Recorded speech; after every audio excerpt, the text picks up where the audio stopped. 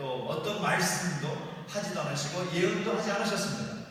그 400년의 기간 동안에 이제 제국의 변동이 일어나게 되죠. 페르시아 제국의 이후에 헬라 제국이 일어나게 되고, 또 헬라 제국 이후에 로마 제국이 일어나게 되면서 그 로마 제국의 그 통치 가운데 있었던 사건이 바로 이제 예수님의 탄생 스토리다라고 볼 수가 있겠습니다.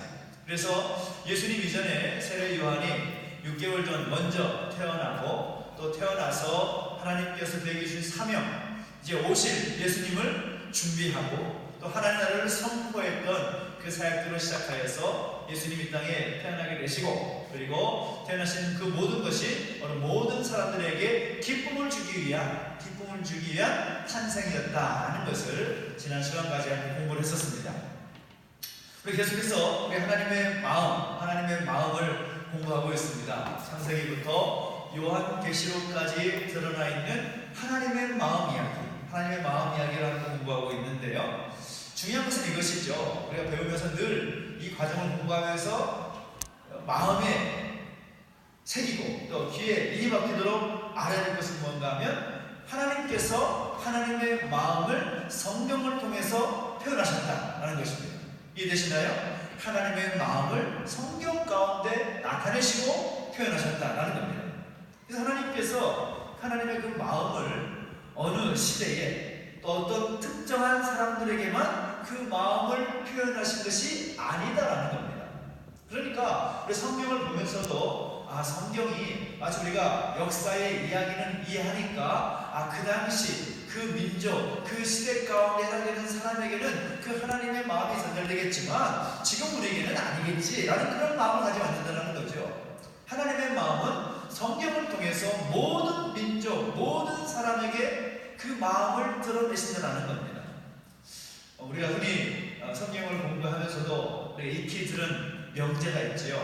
천지는 없어질지라도 하나님께서 주시는 성경은 한 절도, 단어 하나도 없어지지 않는다. 이렇게 하나님께서 말씀하시는데, 이 하나님의 마음이 기록되어 있는 이 성경을 동서양을 막론하고, 동양과 서양 막론하고, 또 시대를 막론하고, 성경 당시든지 중세든지 우리 살고 있는 근현대에 있는 모든 사람들에게, 그리고 모든 세대, 모든 사람에게 성경을 선물로 주시면서 그 성경 가운데 하나님의 마음을 표현하셨고, 그 모든 사람들이 이 성경을 선물로 받은 모든 세대, 모든 사람들이 그 성경을 통해서 하나님의 마음을 읽어낼 수 있어야 한다는 것을 우리는 알아야 된다는 겁니다.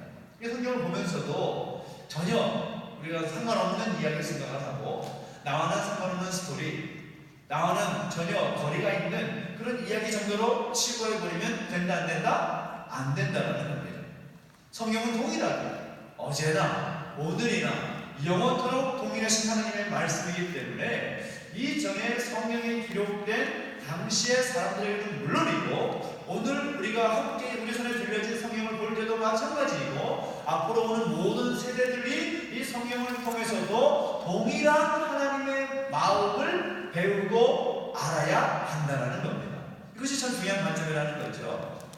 그래서 이것을 다르게 표현하면, 하나님께서 성경을 통해서 하나님의 마음을 표현하시는데 그 표현하시는 방법이 정말로 우주적입니다. 그리고 시간에 구애받지 않는 그런 초시간적인 그런 방법을 하나님께서 사용하신다는 거죠. 예를 들어서 이 성경 속에서 등장하는 예수님의 비유들이 있지 않습니까? 예수님의 비유를 보면 그 비유가 그 당시, 예수님 당시에 존재했던 사람들에게만 해당되는 것이 아니라 어느 시대에, 어느 공간에 있을지라도, 심지어 우리가 지구에 살고 있지만 우리가 나중에 이제 화성에 간다고 하더라도 성경은 우주적이고 시간에 구애받지 않도록 영원토록 동일하게 적용된다는 겁니다. 성경의 말씀은 변함이 없다는 거죠. 모든 시대에, 모든 사람에게 남녀노소를 불문하고 그 하나님의 마음이 성경을 통해서 우리 가운데 전달되고 있다. 그러니까 이 성경이라는 것이, 오늘 여러분의 손에 들려져 있는 이 성경이라는 것이 하나님의 마음을 우리가 충분히 읽을 수 있도록 주시는 하나님의 특별한 선물이다 하는 것을 우리는 알아야 되고, 그 성경에 대해서 우리가 우리 자녀들에게, 우리 다음 세대들에게 성경은 이런 책이야 라고 우리가 알려줄 수 있는 정도의 실력은 되어야 된다는 거죠. 그래서 성경은 하나님의 마음을 읽을 수 있는 귀한 선물로 주신 책이다 라는 것을 우리가 마음속에 정리해 볼 필요가 있겠습니다. 근데 우리가 그 하나님의 마음에 어떻게 표현되어 있는가, 그 내용을 우리가 들어가 보면 그 표현하는 방식에 있어서 직접적인 그런 표현도 있고, 또 간접적인 그런 표현도 있고, 또 역설적인 그 표현을 통해서 하나님이 그 마음을 성경을 통해서 우리에게 드러내고 있다는 것이고, 또 크게 보면 기쁨도 표현하시고 또 슬픔도 표현하시는데, 하나님이 기뻐하시는 마음, 하나님의 슬퍼하시는 그 마음을 성경 가운데 표현하고 있고, 그리고 하나님의 마음을 또 구체적인 내용들, 꿈과 눈물, 지혜, 노래, 용기, 하나님의 온유와 겸손, 기다림, 이런 것들을 하나님의 마음으로 성경 가운데 표현하셨다는 겁니다. 마음 안에 들어가 있는 그 지혜가 어떻게 표현되어 있는가, 하나님의 마음이 그 지혜의 측면에서 어떻게 표현되고 있는가, 오늘은 그 정도만 한번 어떻게 성경 내용을 한번 돌아보면서 정리해 볼 필요가 있을 것 같은데요. 그 다음에 우리가 함께 예수님의 공생의 시간 동안에 표현됐던 그 마음 이야기를 공부해 보도록 하겠습니다. 오늘 우리가 성경 안에 하나님의 마음 안에 담겨져 있는 지혜, 그 하나님의 지혜가 어떻게 표현되어 있는가 우리가 함께 살펴볼 필요가 있을 것 같은데요. 우리가 하나님께서 천지를 창조하시는데, 천지를 창조하신 것은 무엇을 통해서 가능하게 된 것입니까? 하나님의 지혜로 말미암아 창조된 것입니다. 하나님의 그 마음이 하나님의 지혜로 나타나는 것이 천지 만물을 창조하시는 사건인 거죠. 이 하나님의 창조하시는 사건은 당연히 하나님의 마음에서 시작된 하나님의 지혜, 그 지혜로 천지 만물은 창조되었고 우리 인류까지 창조되었다라고 볼 수가 있는 겁니다. 그뿐만 아니라 요셉의 모습을 성경을 통해서 보게 되면, 요셉을 보면서 바로 왕이 요셉을 향해서 뭐라고 말씀하는가 하면, 너와 같이 명철하고 지혜 있는 자가 없다, 이렇게 말을 했었습니다. 이 이야기가 언제 나오냐면, 이 바로 왕이 꿈을 꾸었는데 애굽의 모든 박사들이 그 꿈을 들어도 해석을 못하는 거죠. 근데 요셉은 여러분도 아시다시피 그 꿈을 아주 정확하게 해석을 합니다. 그러니까 국가적인 위기를 해결할 수 있는 그 제안까지 하고서 바로 왕의 신임을 받고, 바로 왕이 그 신임과 더불어서 그 제안을 받고서 깨닫고 놀란 것이, 네가 가장 명철하고 지혜 있다, 그런 평가를 한 것이죠. 그런데 그 지혜가 어디서부터 왔을까요? 요셉이 가졌던 지혜가 어디서부터 왔을까요? 바로 하나님께서 그에게 지혜를 주신 것입니다. 그러니까 하나님의 마음이, 하나님의 그 지혜가 요셉에게 전달이 되고, 요셉이 그 지혜를 체득하고서 그 지혜 있는 모습을 나타내고 표현한 것이, 요셉을 통해서 나타나고 있는 것이 바로 하나님의 마음을 표현하고 있다고 볼 수가 있다는 거죠. 우리가 모세를 통해서 제사장 나라의 기준을 우리가 살펴보지 않았습니까? 제사장 나라의 가장 핵심적인 내용이 무엇입니까? 바로 성막이라고 말씀드렸죠. 하나님께서 모세에게 이 제사장 나라의 아주 핵심적인 요소라고 할 수가 있는 성막과 언약궤를 어떻게 만들 것인가, 그것에 대해서 출애굽기와 레위기를 통해서 말씀을 하시죠. 그 높이는 몇 규빗, 또 깊이는 몇 규빗, 넓이는 몇 규빗, 아주 수치에, 아주 구체적인 수치로 그 하나님의 성막을 어떻게 지을지, 그리고 하나님의 그 언약궤를 어떻게 만들어갈지, 그 배치와 위치까지 아주 정확하게 말씀해 주십니다. 그리고 그 수치로 된 설계도를 받은 모세가 그것을 받아서 부사렐과 오홀리압에게 전달을 하는데, 그들이 모세가 받은 그 성막 설계도, 그 언약궤 설계도를 그대로 받아서 만드는데 그들의 힘과 그들의 능력으로 만들었느냐? 그렇지 않았다는 거죠. 성경을 보니까 하나님께서 그들에게 지혜와 총명을 더하주사, 이렇게 말씀하고 있습니다. 그러니까 그들이 가졌던 지혜, 성막을 잘 완성을 하고 언약궤를 잘 만들어서 하나님께서 앞으로 500년간 움직이는 성막으로 만들어 가실 그것을 만드는 데 있어서 정확하게 만들 수 있는 비결이 어디 있었는가 하면, 하나님이 하나님의 지혜를 그들에게 부어 주셨다는 겁니다. 그러니까 하나님의 되었을 때에 그 엄청난 그 일을 아주 정확하고 아주 명백하게 만들어낼 수가 있었다라는 것을 볼 수가 있는 것이죠. 그 이유를 보면 이제 여호수아를 우리가 볼 수가 있는데, 여호수아를 평가하실 때 하나님께서 여호수아를 보면서 뭐라고 말씀하는가 하면 그에게 지혜의 영이 충만했다 이렇게 말씀하고 있습니다. 여호수아라는 사람을 여러분 잘 아실 겁니다. 여호수아라는 사람은 사실 노예로 애국에서 40년을 살아온 그런 사람임에도 불구하고 지혜와 또 지혜의 영이 충만한 사람이었다라는 겁니다.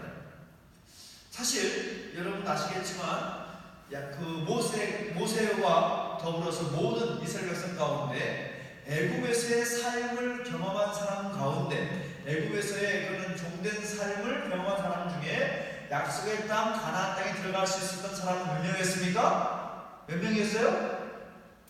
대답이 갑자기 모세인가 여호수아와 갈렙, 한 3명 되나? 누가 들어갔어요? 여호수아와 갈렙만 들어갔죠. 물론 어렸을 때에 애국에서 종살이했었던, 어렸을 시절에 있었던 사람들도 포함되겠지만 20세 이상의 사람들 가운데 애국에서 정말 종살이하고 종살이를 경험했던 사람들 가운데 가나안 땅에 들어갈 수 있었던 사람은 단지 여호수아와 갈렙밖에 없었습니다. 근데 하나님께서 모세 이후에 모세도 들어가지 못한 가나안 땅에 여호수아를 중심으로 해서 이스라엘 백성들이 들어갔을 때에 하나님께서 여호수아를 평가하신 내용이 지혜의 영이 충만한 사람이었다라는 겁니다. 하나님께서 그에게 놀라운 하나님의 마음을 주신 거죠. 하나님의 그 지혜를 여호수아에게 부어주셨고, 그리고 여호수아의 마음을 하나님께서 늘 만져주시는 겁니다. 지혜의 영이 그에게 충만했다. 사실 이런 이야기를 우리가 계속 듣다 보면 앞으로도 몇 개가 더 있는데, 참 우리가 하나님의 지혜를 우리 가운데 부어주시기 위해서 좀 기도해야 되지 않을까라는 생각이 드는 것이죠. 내가 다른 어떤 것보다도 세상의 지혜가 세상의 지식도 있지만 그것에 대해서 만족하고 살아가는 것이 아니라 정말 시대를 움직여가고 민족을 움직일 수 있는 비결은 어디 있냐면 하나님께서 그에게 지혜의 영을 부어주실 때 가능한 것입니다. 요셉도 그랬고 모세도 그랬고 여호수아도 그랬고, 그 지혜의 영이 충만한 사람이 그토록 위대한 일을 감당할 수가 있게 된다는 거죠. 여호수아만이 아닙니다. 이후에 왕정 500년이 있었을 때에 다윗을 보십시오.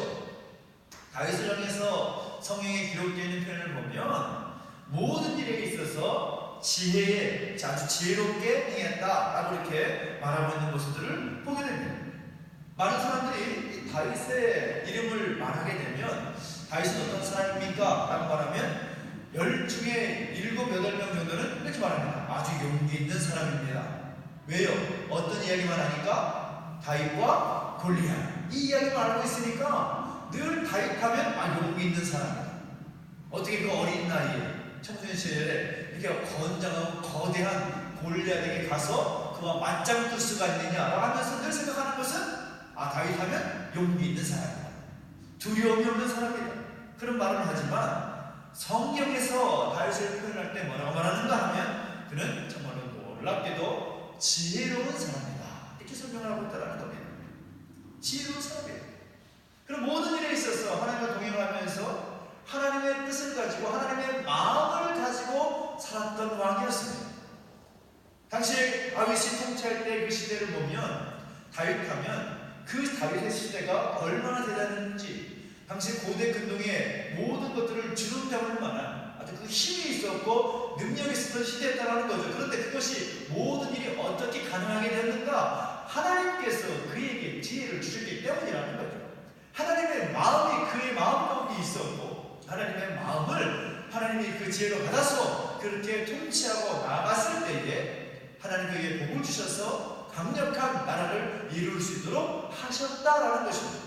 하나님은 그에게 지혜를 주셨다라는 거죠.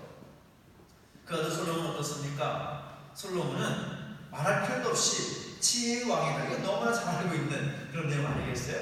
하나님의 마음이, 그 지혜로우신 하나님의 마음이 어떻게 사람들이 전달되고 그 사람들을 통해서 어떻게 하나님의 지혜가 표현되어 있는가를 알 수가 있습니다.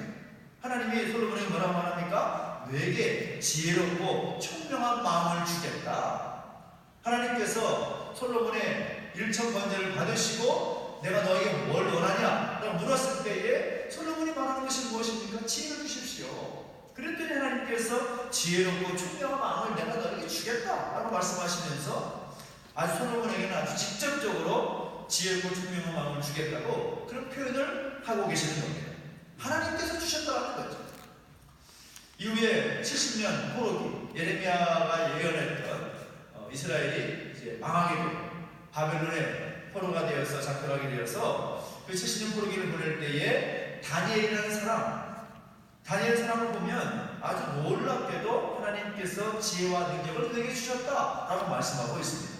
나중에 우리가 성경 줄기의 스토리를 우리가 살펴보겠지만 다니엘은 어떤 사람이었습니까? 다니엘은 이 바벨론의 왕이 직접 관할하고 있는 그런 학교, 배울 수 있는 그 학교에 입학하기 전에 이미 책을 충분히 읽어서 학식을 볼 때에 어떤 사람과도 비교할 수 없을 만큼 되게 실력이 능가했다라는 것을 말하고 있는데, 하지만 그 지식을 가지고도 느부갓네살 왕 2년이 되었을 때 그가 꾼 꿈의 해석을 아무도 못하게 되자 어떤 실마리도 없으니까 다니엘과 다니엘 세 친구 한 행동이 무엇입니까? 하늘의 하나님께 기도하는 것입니다.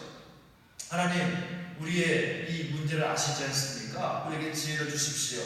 하나님께 기도할 때에 하나님께서 다니엘과 세 친구의 기도를 들으시고 그 지혜와 능력을 하나님께서 다니엘에게 주셨다는 것입니다. 그리고 그 왕의 꿈을 아주 명쾌하게 해석을 합니다.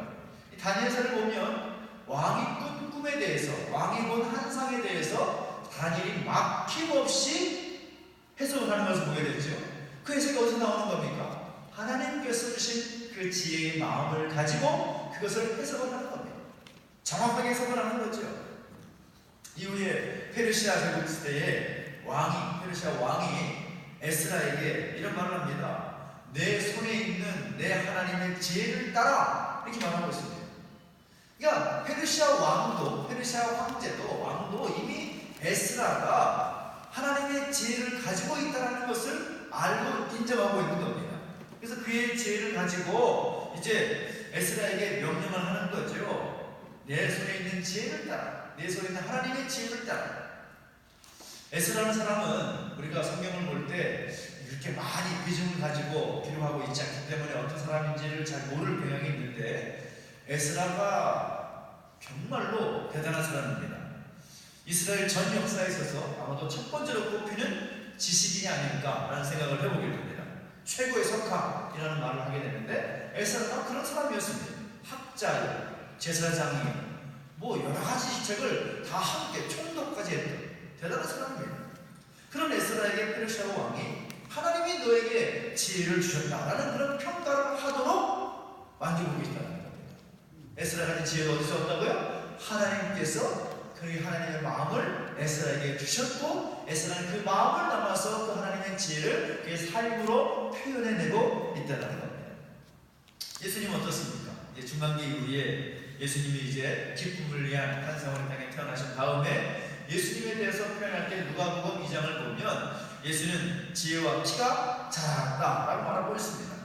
예수님의 그 어린 시절에 관한 그 표현에 대해서 이 표현 하나는 충분한 거죠. 지혜와 키가 자랐다. 예수님 어린 시절의 그 시간은 지혜와 키가 자랐는데 사용하셨다라는 겁니다. 그러니까 우리가 이후에도, 이전에도 그 하나님의 지혜가, 하나님의 마음이 하나님과 사람들에게 전달이 되고, 그 하나님의 사람들이 그 하나님 주신 그 지혜로 말미암아 살아가고 삶으로 표현해내면서 그 하나님의 마음을 나타내는 그런 내용들이 너무나 성경 가운데는 많이 있다. 그러니까 성경 가운데 하나님의 마음을 깨달을 수 있는 그런 선물을 우리에게 주셨으니까 이 성경을 잘 봐야 될까요? 안 봐야 될까요? 봐야 하겠죠. 그러니까 여러분, 이제 숙제를 내면 숙제를 잘해야 되는 겁니다. 숙제 잘하라고 말씀을 드리는 거예요. 이제 그래서 성경 가운데 드러나 있는 하나님의 마음을 여러 가지 주제를 가지고도 계속 살펴볼 수가 있겠다.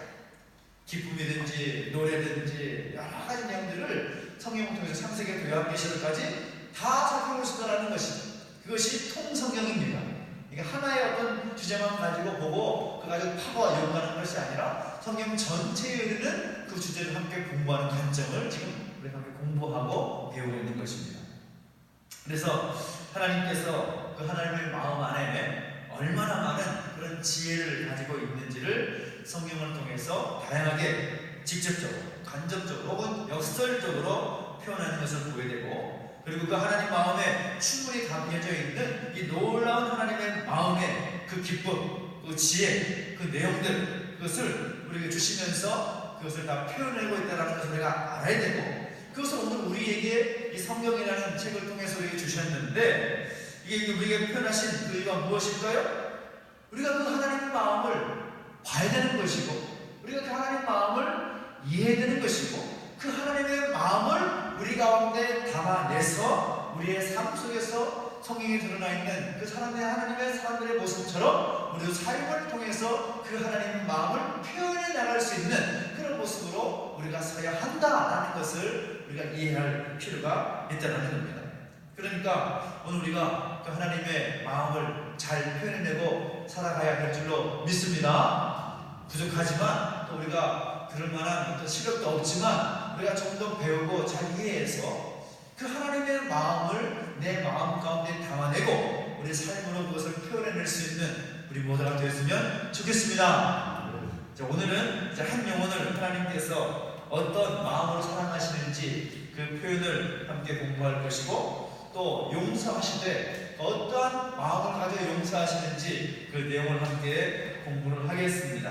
자, 그러면 예수님 어떤 분이신가? 예수님께서 공생의 사역을 감당하시면서 예수님께서 보이신 모습은 무엇인가 하면 한 영혼을 사랑하시는 예수님의 모습을 우리가 볼 수가 있다는 거죠.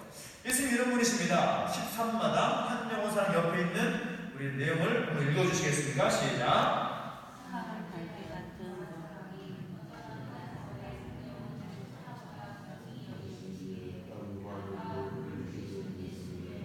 그렇습니다. 상한 갈대 같은 거라사 광인 그리고 꺼져가는 나사로의 한 영혼을 천하보다 소중히 여기시기 위해서 땀과 눈물을 흘리시는 예수님의 마음이라는 것입니다. 그것이 바로 한 영혼을 사랑하시는 주님의 마음이라고 볼 수가 있다는 거죠. 자, 땀과 눈물, 여러분 어떻습니까? 이 땀과 눈물이라는 것은 마음에 뜨거운 열정이 없으면 나오지 않는 겁니다. 마음에 그 뜨거운 열정, 열심, 특심, 그것이 없다면 땀이 나올 수 없는 거죠. 눈물이 나올 수가 없는 겁니다. 물론 여름에 더워서 또 마음에 짜증 나서 땀이 나는 그런 경우가 있긴 하겠습니다만은, 그런 차원의 땀과 눈물 말고 누군가를 향해서, 누군가를 위해서 내가 땀을 흘린다, 누군가를 위해서 내가 눈물을 흘린다. 쉬울까요? 어려울까요? 절대로 쉬운 일 아닙니다. 절대로 쉬운 일 아닙니다. 물론 여러분의 자녀를 위해서, 여러분의 교육, 여러분과 관련된 사람들을 위해서 땀을 흘리고 눈물을 흘리는 것은 좀 상대적으로 쉬울 수 있겠지만, 내 가족, 나와 상관없는 다른 사람을 위해서, 제3자를 위해서 내가 땀을 흘린다, 내가 눈물을 흘린다, 그건 정말로 쉬운 문제가 아니라는 거죠. 그것이 놀라운 모습인데, 예수님의 모습을 보면 어떠냐? 예수님은 전혀 상관없는 제3자와 같은 많은 사람들을 위해서 친히 땀을 흘리시고 눈물을 흘리셨다는 겁니다. 땀을 흘리고 눈물을 흘리셨다. 우리 예수님께서 거라사 광인과 또 나사로를 위해서 어떻게 눈물을 흘리셨는가? 좀 예를 들어서 살펴볼 필요가 있겠는데요. 우리 예수님께서 한 영혼, 여러분 한 영혼이라고 하면 한 사람 말하는 것 아닙니까? 한 사람, 한 영혼, 한 사람, 그렇게 표현해야 됩니다. 우리 생각할 때 여러 가지 문제가 있습니다. 사람이 전부다, 사람이 중요하다, 그런 명제가 있듯이 이 사람이 귀중하다라는 것은 우리가 인정을 합니다. 그런데 한 사람이 중요합니까? 10사람이 중요합니까? 한 사람이 중요합니까? 100사람이 중요합니까? 우리가 여러 가지 얘기를 할 수가 있어요. 근데 우리가 배워왔고 우리가 사역을 통해서 익혀왔던 그 개념상으로는 한 사람보다는 한 10,000명 정도가, 10,000명보다는 한 1,000,000명 정도가 뭐 100만 명보다는 1000만 명, 억명, 10억 명, 좀 더 많은 사람의 숫자에 좀 더 마음이 가는 것이 사실 아닌가? 비교적으로. 그렇지 않습니까? 우리가 흔히 배울 때 뭐라고 말해요? 소탐 대신 말을 하기도 하고, 대를 위해서 소를 희생해야 된다. 뭐 그런 말을 하잖아요. 그런데 예수님의 모습을 보면 그런 관점과는 정반대의 이야기를 우리가 하고 있다는 거예요. 한 영혼이 뭐보다 귀하다고요? 천하보다 귀하다. 이게 무슨 말입니까? 한 영혼이 천하보다 귀하다. 사실 우리는 낮은 사람의 숫자에 대해서는 쉽게 선택해서 결정할 수 있는 그런 계산이 이미 우리에게 깔려져 있는데, 예수님은 한 명보다 100명보다 10,000명이 더 소중하다는 우리가 가졌던 등식이 아니라 한 영혼이 천하보다 소중하다라고 말씀하고 있다는 거죠. 한 영혼이 천하보다 소중하다. 그래서 누가복음 15장을 보면, 누가복음 15장 어떤 이야기인가? 딱 세 글자로 압축할 수가 있습니다. 따라해볼까요? 양동탕. 따라해볼까요? 양동탕. 누가복음 15장 이야기를 딱 세 글자로 요약을 했습니다. 여기 뭔가 하면 잃은 양 이야기, 그리고 잃어버린 동전 이야기, 잃어버린 탕자 이야기. 양동탕입니다. 양동탕. 저 신학교 때 그렇게 외웠어요. 근데 이제 그 이야기를 보면 조금이라도 이해가 돼요. 누가복음 15장 보면 잃어버린 것을 찾는 세 가지의 비유가 나옵니다. 비유 나오는데, 양동탕, 양, 잃어버린 양 나오죠. 어떤 사람이 100마리의 양을 치다가 한 마리의 양을 잃어버린 거예요. 그래서 잃어버린 양 한 마리를 찾기 위해서 남은 99마리의 양을 들에 놔두고 한 마리를 찾는다라는 그 이야기입니다. 자, 여러분 상식적으로 생각할 때 물론 양들이 이 목자가 찾으러 올 때까지 그 자리에 머물러서 목자를 기다리는 습성이 있긴 하지만, 여러분 같으면 그 한 마리 찾으려고 99마리 그냥 들에 내버려둘 수가 있겠습니까? 없겠습니까? 상식적으로 이건 불가능한 겁니다. 들에 어떤 일이 일어날지 모르는데, 어떤 들짐승들이 양을 헤엄치도 모르는데 그 양 한 마리 찾겠다고 99마리를 들에 두고 나간다고요? 이건 쉬운 일이 아닙니다. 두 번째 스토리, 양동탕, 잃어버린 동전 이야기. 한 여자가 잃어버린 동전, 드라크마 한 동전을 잃어버렸다라는 거죠. 근데 그 동전 하나를 찾기 위해서 온 집안을 막 뒤집는 것이요. 근데 집안을 결국 찾았습니다. 그런데 그 이야기를 보니까 거기서 끝나는 것이 아니라 그 동전 하나를 찾았다고 해서, 그 한 드라크마니까 이제 그 당시에 한 데나리온과 비슷한 금액의 양입니다. 그러니까 노동자 하루에 품삯 정도 되는, 요즘 돈으로 말하면 한 10만 원도 생각한다고 보면 되겠어요.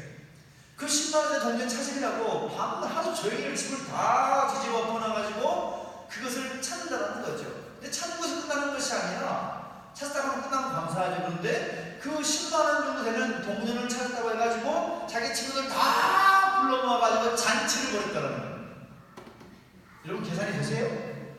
친구들 다 불러 모아가지고 잔치를 하면 10만 원 이상 들 거 아니에요. 그렇잖아요. 그렇지 않습니까? 근데 친구를 다 불러가지고 잃어버린 동전을 찾았다고 잔치를 해서래요. 이 계산이 되지 않습니다. 계산이 되지 않습니다. 잃어버린 탕자의 비유, 양동탕. 그 비유는 어떻습니까? 그 탕자가 아버지가 나누어준 재산을 가지고 다 탕진하고 돌아왔는데도 불구하고 그 아버지가 보여주는 반응은 무엇입니까? 내가 너를 얼마나 기다렸는데, 그래서 그 아들을 찾은 아들을 껴안고 뽀뽀하고 가락지를 띄워주고 거기다가 송아지가 잡아가지고 잔치를 개설합니다. 그래서 보면서 형이 질투하죠. 나한테는 왜 그렇게 안 해주고 동생한테 이렇게 합니까? 잃어버린 아들을 찾지 않았느냐라고 말하고 있는데, 거기서 말하는 그 이유가 뭡니까? 예수님의 마음이 바로 그러다는 거죠. 한 영혼을 찾는 것이 얼마나 중요한가. 잃어버린 한 영혼을 찾는 것이 얼마나 귀하고 소중한가.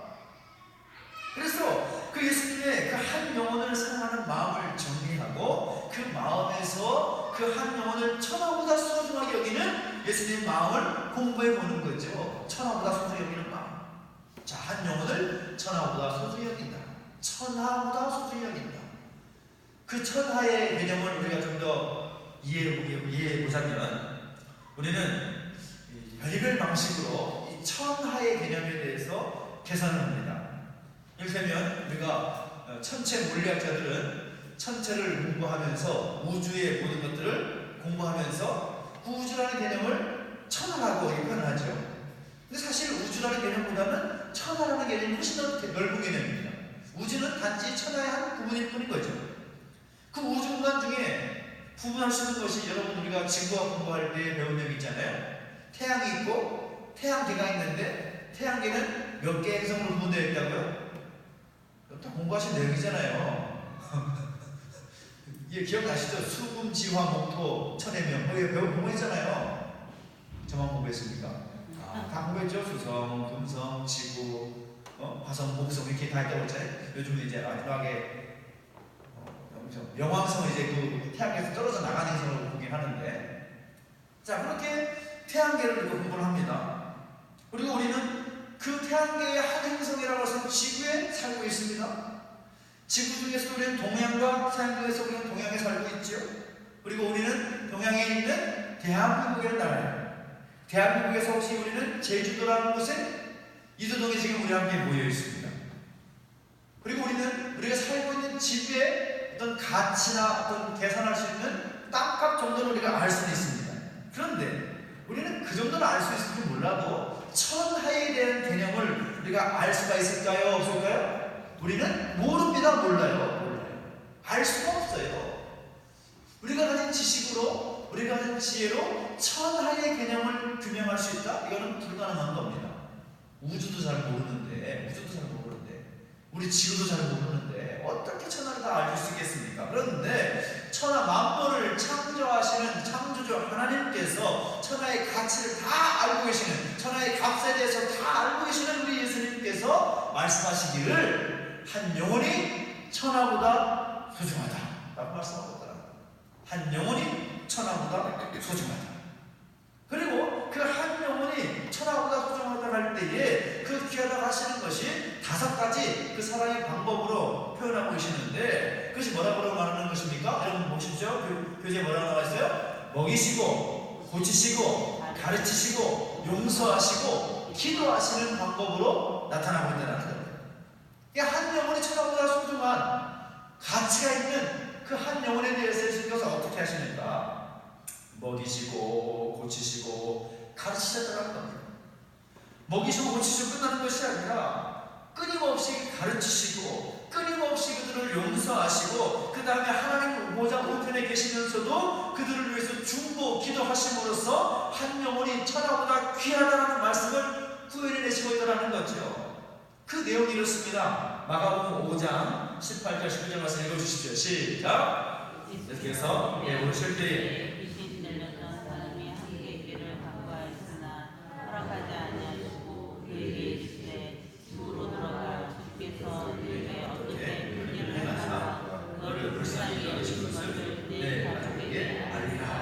말씀하고 있습니다. 집으로 돌아가라. 이 의미가 무엇일까요? 야, 우리 배에 지금 너 탈 자리 없어. 너 집에 가. 빠져. 그런 이야기는 아니라는 거 알고 계시죠? 그런 이야기 아닙니다. 예수님께서 거라사 광인, 이제 거라사 광인이니까 여러분 이 스토리를 이해하실 거예요. 돼지떼에게 귀신이 다 들어가게 해서 고치신 그 거라사 광인을 말하는 겁니다. 그 거라사 광인이 예수님과 함께하기를 원했던 거죠. 그래서 예수님께서 배에 오르실 때에 그 귀신 들던 사람이 예수님께 와서 저도 좀 같이 가지고 계십시오. 저도 같이 가고 싶습니다. 그렇게 간구한 겁니다. 근데 예수님께서 되게 말하실 때 뭐라고 말씀하는가 하면 야, 집으로 돌아가라. 그렇게 말씀하시는 거예요. 야, 너 배 탈 데 없어. 자리 없어. 돌아가. 너 빠져. 너 올 자리가 아니야. 이런 의미의 돌아가라는 의미가 아니라는 거죠.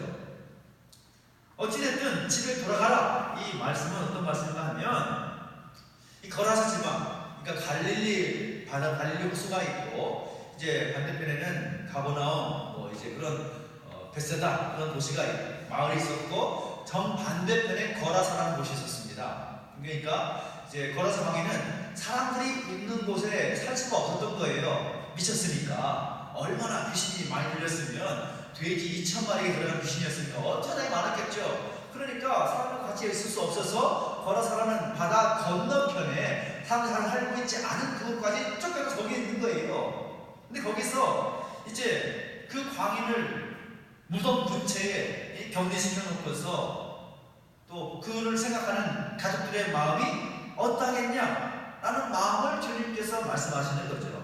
그래서 집에 가서 주께서 내게 이렇게 큰일을 행하사 너를 불쌍히 여기신 것을 내 가족에게 알리라 라고 말씀하고 있는 겁니다. 사실 가족이 가장 가족다울 수밖에 없는 이유는 가족이기 때문인 거죠. 마음이든 가족의 그 마음이 있기 때문인 것입니다. 어떻게 불쌍히 여기는지 그 불쌍히 여긴다는 것도 쉬운 일이 아니죠. 그런데 복음서를 보면 예수님께서 한 영혼을 천하보다 한 영혼을 향한 우리 예수님의 따뜻한 마음, 그 따뜻한 마음으로 기록되는 사건들이 많이 있는데 예수님께서 12제자와 함께 그 한 사람 보려고 배를 타고 그 밤에 지나가셨다라는 것 정말 쉬운 일 아니죠. 그만큼 그 한 영혼을 살리시기 위해서 그 한 영혼을 사랑하사 그 수고를 아끼지 않는 땀과 열정을 아끼지 않는 예수님의 모습을 우리가 보게 된다는 겁니다. 거라사 광인을 향한 예수님의 마음 그걸 볼 수 있다는 거죠. 요한복음 11장에도 비슷한 이야기가 나옵니다. 11장 30절 35절까지 말씀 읽어주십시오. 시작. 예수께서 또 함께 온 유대인이 부른 것을 보시고 심령이 비통히 여기시고 불쌍히 여기사 이르시되 그를 어디 두었느냐 이르시되 주여 와서 보옵소서 하니 예수께서 눈물을 흘리시더라. 예수님께서 눈물을 흘리시더라 라고 말씀하고 있습니다. 예수님께서 마을에 들어가서 보셨을 때 무엇을 보셨는가 하면 나사로의 가족이 우는 것을 보신 겁니다. 예수님께서 무엇을 보시고 눈물을 흘리셨느냐? 어떤 일로 눈물을 흘리셨느냐? 너무 기뻐서 마음이 너무 기뻐가지고 그 기쁨이 마음에 표현된 것으로 눈물을 흘린 것이 아니라 너무 슬프고 비통하고 아파서 눈물을 흘리셨더라는 겁니다. 슬픔의 눈물을 그 사람들과 함께 눈물을 흘리고 계시더라는 거죠. 사랑하는 친구와 같은 나사로가 죽었을 때에 그 안타까워 계시는 주님의 마음, 그 한 영을 바라보실 때 이렇게 그 마음을 표현해내시는 그런 주님의 모습을 우리가 볼 수가 있다는 것이고 그 주님의 모습을 통해서 하나님의 그 마음을 우리가 볼 수가 있는데 그 하나님의 마음은 어떤 마음이냐? 한 영혼을 사랑하시는 하나님의 마음, 그 땀과 그 눈물을 흘리실 정도로 사랑하시는 그 하나님의 마음을 우리가 볼 수가 있다는 것입니다. 물론 수만 명도 수백만 명도 중요합니다. 근데 한 사람에게 13명이 가서 한 사람 그 거라사 광인을 제대로 사람된 모습으로 만들어 놓으시고 그를 불쌍히 여겨서 하나님 너를 불쌍히 여겨서 내가 너를 사랑한다 그렇게 하는 이야기를 본인이 가서 가족에게 옮겨달라는 이야기이고 또 그 다음엔 또 나사로의 동네에 가서 함께 울면서 그를 소망 가운데 살려내서 그리고 그 예수님의 눈물이 급기야 그렇게 울었던 가족들과 동네 사람들의 기쁨의 눈물로 바꾸는 그런 표현을 내 성경을 통해서 볼 수가 있겠다라는 것입니다. 그리고 그 다음에 볼 수가 있는 것이 이제 한 영혼을 살아가신 주님의 마음을 볼 수가 있었다면 이제 용서를 향한 열정적인 주님의 마음을 우리가 볼 수가 있는데 자 우리 한 영혼을 향한 사랑의 마음은 마가복음을 통해서 볼 수가 있다면 이제 용서를 향한 열정은 누가복음을 통해서 우리가 확인할 수가 있습니다. 예수님께서 그런 어떤 한 영혼을 사랑하시는 마음을 가지고 땀과 눈물을 흘리시는 그런 삶을 사시다가 결국 십자가에 오르게 되셨는데 십자가에 계시는 동안에 예수님을 조롱하시는 사람들이 있었습니다. 조롱하는 사람들이 있었습니다. 그러나 예수님은 그런 사람들 할지라도 그들을 품어주시는 용서를 향한 열정을 우리에게 보여주더라는 거죠. 십자가 밑에서 당신을 조롱한 자들까지도 품으시는 용서를 향한 하나님의 열정 그렇게 나타나고 있다는 겁니다. 예수님께서 십자가를 지시기 직전에 겟세마네 동산에서 기도할 때의 모습을 여러분 아실 겁니다. 말씀을 통해서 보셨을 테니까요. 여기 보면 예수님께서 함께 기도하러 같이 올라갔던 베드로와 야고보와 요한에게 이런 말씀하십니다. 마태복음 26장 37절 38절 말씀 읽어보겠습니다. 시작. 베드로와 세베대의 두 아들을 데리고 가실새 고민하고 슬퍼하사 이에 말씀하시되 내 마음이 매우 고민하여 죽게 되었으니 너희는 여기에 머물러 나와 함께 깨어 있으라. 글자가 좀 틀렸죠. 이에 말씀하시되 내가 아니라 예수님 내 마음입니다. 사실 이렇게 말하는 것이 쉬웠을까라고 생각해 본다면 예수님이 사랑하는 제자들에게 그 마음을 말하기는 쉽지 않았을 것 같습니다. 이런 거죠. 부모가 자녀에게 이런 말을 하는 겁니다. 내가 너무너무 힘들어서 지금 죽을 것 같아. 그런 말을 하는 겁니다.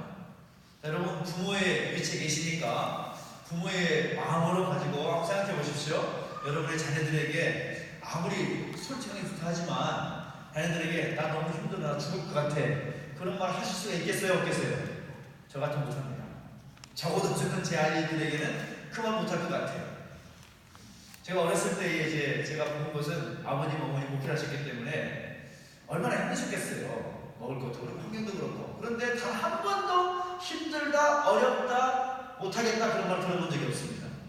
저는 그것을 참 위대하다고 생각하는 거예요. 부모의 마음인 거죠. 자녀들에게 그 힘든 이야기를 하고 싶지 않은 것이고 힘들다는 표현을 하기 싫은 것이고 그런 모습 보이기가 싫은 겁니다. 그런데 예수님께서 지금 말씀하시는 것은 내가 너무 힘들어서 내가 죽을 것 같아. 그런 표현을 하는 겁니다. 하나님의 마음을, 당신의 그 마음을 표현하고 있는 것인데 근데 제자들도 예수님의 이런 마음의 표현에 대해서 귀를 열어서 들을 수 있는 그런 관계가 되었다는 사실이 또 놀라운 거죠. 그런데 그 십자가에서 예수님께서 자신을 조롱하는 또 죽이려고 하는 그들에게 뭐라고 말씀하는가 하면 누가복음 23장 34절을 보니 이렇게 말씀하고 있습니다. 다시 읽어봅니다. 시작. 예수께서 이르시되 아버지여 저들을 사하여 주옵소서 자기들이 하는 것을 알지 못함이니이다 라고 말씀하고 있다는 겁니다. 이게 쉬울까요? 저는 아무리 이성적으로 생각해 보려고 해도 이런 말을 할 수가 있을 것 같지가 않습니다. 자기를 죽이려고 하고 이미 죽이려고 십자가 못 받고 있는데 십자가에 달려 있는데 그들을 보시면 사실은 말씀이 아버지여 저들을 사하여 주옵소서 라고 말하고 있다는 겁니다. 지난 주일에도 성찬식을 하면서 십자가의 의미를 말씀을 드렸었습니다. 십자가가 뭐냐? 십자가는 간단히 말하면 로마 제국의 사형틀입니다. 사형틀. 로마 시민권을 가진 사람에게는 절대로 해당되지 않는 사형틀입니다. 그래서 제국의 어떤 문양에 대해서 반기를 들거나 또 주인의 로마 시민권을 가진 사람의 어떤 해를 끼치거나 그런 노예나 이방인들에게 해당하는 가장 참혹한 형벌이 십자가형입니다. 십자가형입니다. 그 십자가형이 고통스럽기도 하지만 아주 극악한 고통을, 아주 극심한 고통을 제공하는 그런 형들이기도 하지만 정말 고통과 함께 오는 것은 무엇이냐면 수치감입니다. 수치감. 부끄럽고 창피하고 몸둘바꾸는 그 수치감. 그래서 십자가의 자리는 영광스러운 자리와는 좀 다른 고통과 수치가 극심한 자리입니다. 최악의 범죄자에게 행하는 잔혹한 처형 방법이었습니다. 근데 그럼에도 불구하고 예수님께서 자신을 대적하고 자신을 죽이고자 하는 사람들이 자신을 십자가에 못 박고 있음에도 불구하고 못 박혀서 그들이 자신을 조롱하는 모습을 보면서도 그들 향해서 말씀하시는 뭐라고 말씀하는가 하면 아버지여 저들을 사하여 주옵소서 라고 말씀하고 있습니다. 이것이 용서를 향한 뜨거운 열정의 마음을 볼 수 있는 아주 중요한 장면이라고 볼 수가 있는 거죠. 그 긍휼과 그 사랑의 마음으로 십자가에 오르시면서까지 그들을 용서하시는 하나님의 마음, 자신을 조롱하고 자신을 죽이려고 하는 자들까지도 예수님의 그 마음속에 용서가 있었어요. 그것도 마음속에서 우러나오는 열정 있는 용서가 있었기에 그들을 그럼에도 불구하고 받아주실 수가 있었고 그들을 용서해 주신 것입니다. 용서의 열정이 없으면 불가능한 거죠. 우리가 가진 그런 어떤 용서의 개념으로는 절대 이룰 수 없는 용서의 뜨거운 열정이 주님께 있었기 때문에, 하나님의 마음이 그런 열정의 마음을 표현하고 있기 때문에 예수님의 마음이 그렇게 나타나고 있다라는 것을 보게 되는 것이고, 그 예수님의 모습을 통해서 우리는 한 영혼을 소중하게 됩니다. 천하보다 소중히 여기신 한 영혼을 구원하시기 위해서, 그 한 영혼을 살리시기 위해서 독생자 예수 그리스도를 땅에 보내시기까지, 그리고 십자가에서 죽이시기까지 하셨던 그 하나님의 용서의 마음을 우리는 배우게 되는 것입니다. 그리고 우리는 그 마음을 성경 면면에 흐르고 있는 우리를 향한 하나님의 마음 표현을 공부해가고, 우리는 마음과 하나님의 마음을 우리가 배우고 우리 가슴에 담고 우리가 마음으로 바꿔내고 이것을 또 이야기로 바꿔서 우리 자녀들에게 하나님의 마음으로 전달해 줄 수 있는 그런 모습이 되었으면 좋겠습니다. 우리가 한 영혼을 향한 하나님의 사랑하시는 마음, 그리고 용서를 향한 열정의 모습을 보여주신 그 하나님의 마음, 우리가 함께 배우고 우리 마음을 새겨서 우리의 삶으로 또 풀어낼 수 있는 우리 모두가 되셨으면 좋겠습니다. 오늘 13번째, 14번째마다 공부했습니다. 노래를 불러보면서 전도하겠습니다. 시작할 때는 별로 안 계셔가지고 노래를 외우는 줄 많은 분 이렇게 부르고 많았는데, 마무리할 때는 노래를 다시 한번 불러보면서 전도해 보도록 하겠습니다. 자, 우리가 하나님의 마음부터 시작해서 미리 받은 승리의 노래까지 20마당에 부르고 있는 하나님의 마음을 노래를 통해서 공부해보고 복습해보면서 오늘 마치도록 하겠습니다.